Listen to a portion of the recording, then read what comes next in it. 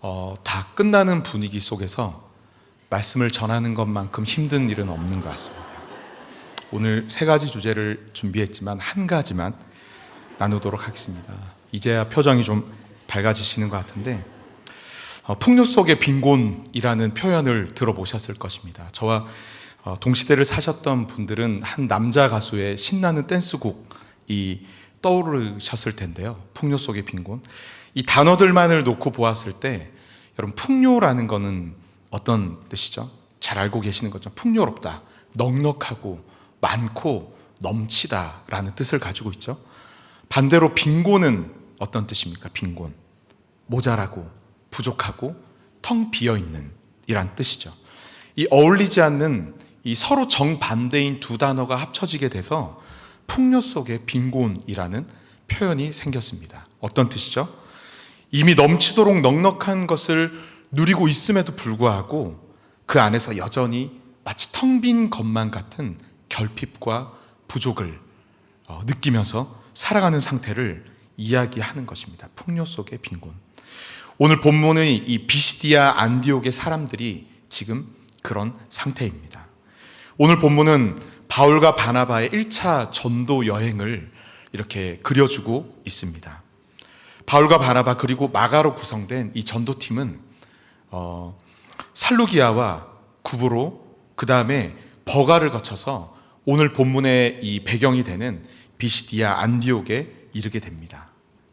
이곳 비시디아 안디옥에서 바울과 바나바가 복음을 전하자 정말 많은 사람들이 그 복음 앞에, 말씀 앞에 몰려듭니다. 그리고 설교를 마치고 나가는 바울 일행을 그들은 붙잡고 바울 일행에게 간절히 청합니다. 42절 말씀을 한번 읽겠습니다. 42절입니다. 시작.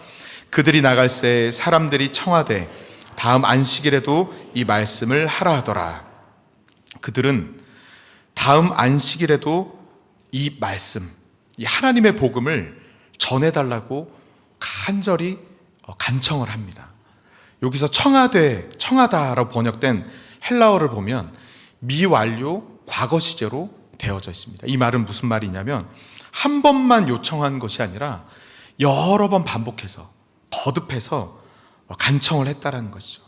제발 한 번만 더 와서 우리를 위해 그 말씀을 전해달라. 간절함이 그들에게 있었다라는 것입니다. 그런데 여러분, 비시디아 안디옥 사람들의 그 당시 문화와 또 그 당시 상황과 경제를 보면 왜 이렇게까지 그들에게 간절함이 있었을까라는 조금 의아할 수도 있습니다. 왜냐하면 그들은 여러모로 부족함이 없는 풍족한 속에서, 풍요로움 속에서 그들은 살았기 때문입니다.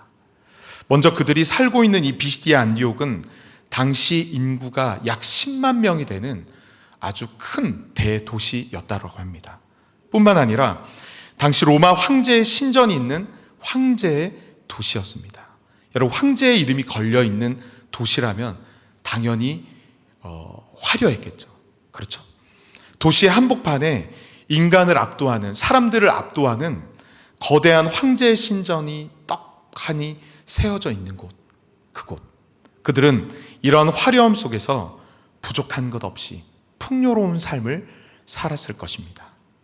그리고 43절 말씀을 보면 바울에게 말씀을 거듭해서 간청했던 그 사람들이 어떤 사람인지가 설명이 되어져 있는데, 43절 상반절 말씀에 회당의 모임이 끝난 후에 유대인과 유대교회에 입교한 경건한 사람들이 많이 바울과 바나바를 따르니 라고 되어져 있습니다.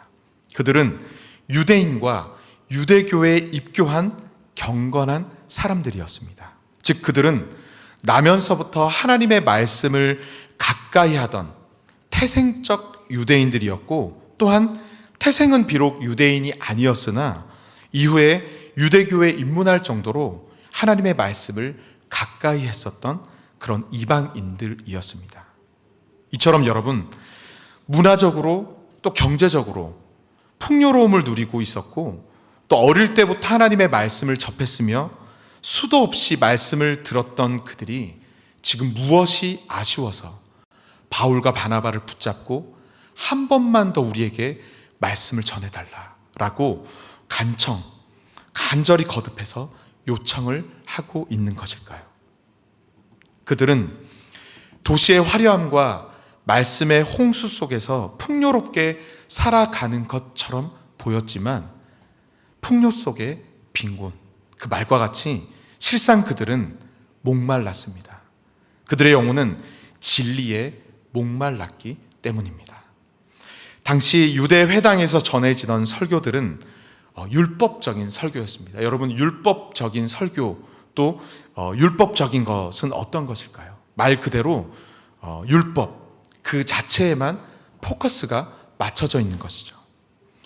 율법보다 더 중요한 것은 그 율법을 주신 하나님이 어떠한 분인지, 그리고 그 율법 안에 담겨져 있는 하나님의 사랑과 하나님의 마음과 하나님의 뜻과 그 진정한 의미가 정말 중요한데, 그 진리가 되는 중요한 것들은 다 뒤로 하고 핵심들은 상실한 채 율법을 그 문자 그대로만, 그것을 날카로운 잣대 삼아서 모든 행위를 판단하고 규정하고 정죄하였습니다. 그런 그들에게 하나님은 마치 팔짱을 이렇게 끼고 저 멀리서 그래 너가 잘하나 못하나 한번 두고 보자 보고 있다가 잘못한 것이 있으면 벌하고 심판하시는 단지 무섭고 두려운 심판자였을 뿐입니다. 그들은 율법을 늘 듣고 배우고 가까이 했지만 율법을 알면 알수록, 들으면 들을수록 그들은 고통스러웠을 뿐입니다. 하지만 그런 그들에게 오늘 본문에서 이 13장에서 바울이 전하고 선포한 복음은 어떤 복음이었습니까? 오늘 읽었던 본문 바로 앞에 13장 처음부터가 바울이 전한 설교의 내용입니다. 어떤 말씀을 전했습니까? 먼저 하나님에 대해서 선포합니다. 출애굽 사건을 통하여서 하나님은 창조주이시고 역사의 주관자이자 우리 삶의 주관자이신 그 하나님을 선포합니다. 명확하게 이야기합니다.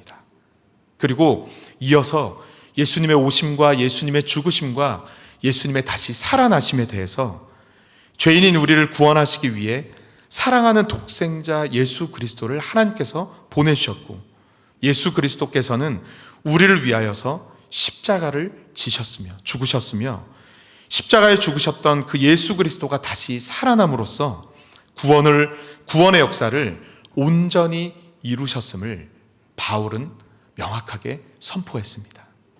그리고 나아가서 그동안 그들을 지독하게도 얽어매고 또 올감했던 그 율법 때문에 의롭다 하심을 얻지 못했던 모든 자들도 율법의 완성자이신 예수 그리스도를 믿기만 한다면 의롭게 된다라는 사실과 하나님의 자녀가 되어 하나님을 아빠 아버지로 부를 수 있다라는 그 진리, 그 사실, 이 진짜 복음을, 이 무한한 은혜와 사랑의 진짜 복음을 바울은 비시디아 안디옥에서 그들에게 전해준 것입니다. 여러분, 얼마나 이 비시디아 안디옥 사람들은 얼마나 충격이었겠습니까? 그동안 자기가 진리라고 진짜라고 붙잡고 또 목매었던 그것이 가짜라는 것을 그들은 깨닫게 된 것이죠. 그리고 진짜가 무엇인지 그들은 정확하게 깨닫게 됩니다. 하나님은 멀리 계시고 추상적인 분이 아니라 태초부터 세워진 완벽한 계획 속에서 우리를 구원하시기 위해, 나를 구원하시기 위해 친히 일하시고 모든 것을 이루시며 인도하시는 신실하신 하나님, 사랑의 하나님, 그 하나님이 나의 하나님임을 그들은 그제서야 비로소 깨닫게 됩니다.